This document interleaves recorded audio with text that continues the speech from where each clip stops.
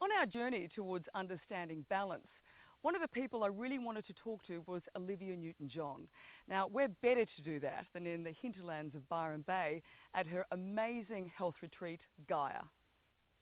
I have to say, listen, thank you for having us at Gaia. I haven't been here before, and when I drove in, I had this sort of great feeling like my body just took a big sigh. It's such a beautiful space to be in. Isn't it? Well, that's really how we discovered it. We had that same emotion when we drove up, when Greg and I were looking for a place for him actually, and we saw a sign up here and we drove up the hill and drove onto this property and just kind of fell in love with it. It was just immediate. Oh, it's just the where it sits in situation, and then I don't know, it's sort of what you've built and how did you find it? I mean, you kind of just been roaming around the countryside. Well, I have a place quite near here, and so it all happened the weekend my mother had just passed, and I brought her ashes up here. This is relevant to the story, and because we always felt that Mum found this place for us, because we were looking for a place for Greg. He fell in love with the area and said, well, maybe I'd get a place up here. I said, why don't we drive around and you can go knock on doors and see if people want to sell. And we saw this sign up. I think it was called the Sanctuary. It was a retreat, a health retreat, right. A yoga retreat. Everything was pink. All the little cabins were pink and really run down. And we fell in love with it. But we left and we didn't, we just thought it was a beautiful property. Well, that night, I was making coffee the next morning and I said to Greg, I had a dream about that place we saw yesterday, and I dreamt we bought it and we turned it into a place for our friends and we called it Gaia. And he said, that's really weird. I dreamt about it too, but I don't like the name Gaia. We called it Bella Vista. I said, well, I don't like Bella Vista. So it started off like this joke between us.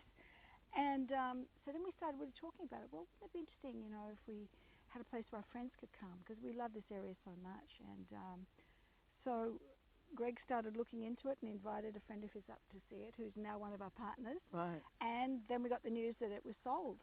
Someone else had put an offer in.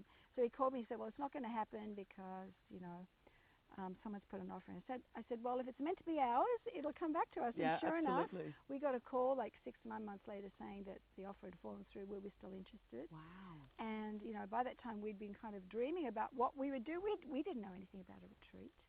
But we thought it would be great to create a place where our friends could come and a place we'd like to go. And that's what we've built. It's amazing. I love that story because it was so meant to be. Yeah, really. It was really a dream, a literal dream. Yeah. It became a reality. And because my mother, who was very close with Greg, Arena, she loved this area. And so do you feel like she's here with you every time you come up? Definitely. Yeah, it's beautiful. And there's always owls here, and she loved owls. Yeah. So there were always our omens when we'd see owls on the property. Yeah, that's gorgeous.